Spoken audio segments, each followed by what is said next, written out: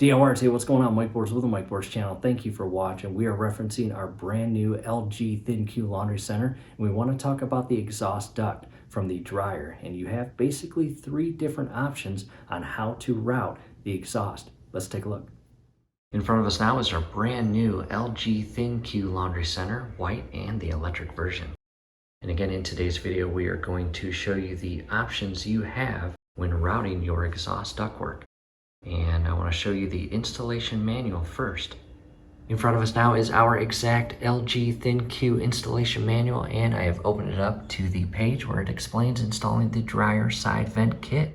And it is an adapter kit, and down below in the comments and description will be a link on where to purchase this side vent kit, and only 3 steps to reconfigure and set your dryer up for the side vent exhaust option, as you see. And the cool thing about this laundry center, you can vent it out either side, left or right. You can see it's coming out on the right side. However, if you look to the left, you see an additional hole. And then it's got a plug or a cap, which is number 6, to go over the rear exhaust port. We're going to the back portion of our laundry center. Again, we have the electric version, and in the event that you have a gas version, you will have a gas line hookup bottom left corner of your dryer. And by default from the manufacturer, the exhaust will come out of the bottom center of your dryer.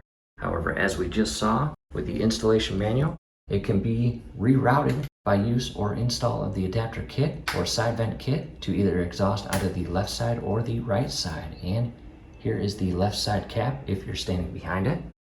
And it would be the right cap or exhaust port if you are standing in front of the laundry center. And you will carefully remove this and install that adapter kit or side vent kit and reroute the exhaust plumbing or ductwork to that side.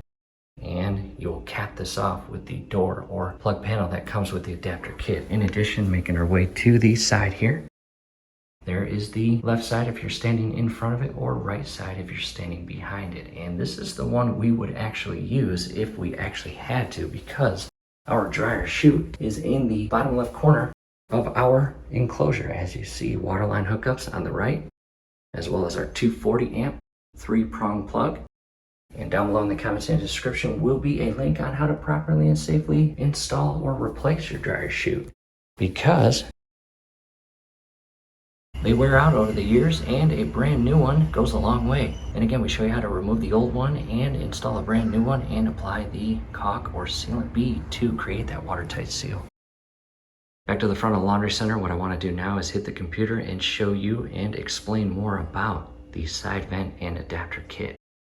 Alright, DLR's on the computer now, and I'm just going to show you a few photos, and down below in the comments and description will be a link on where to purchase this extension or modification exhaust kit. And as you can see, you've got 4 parts.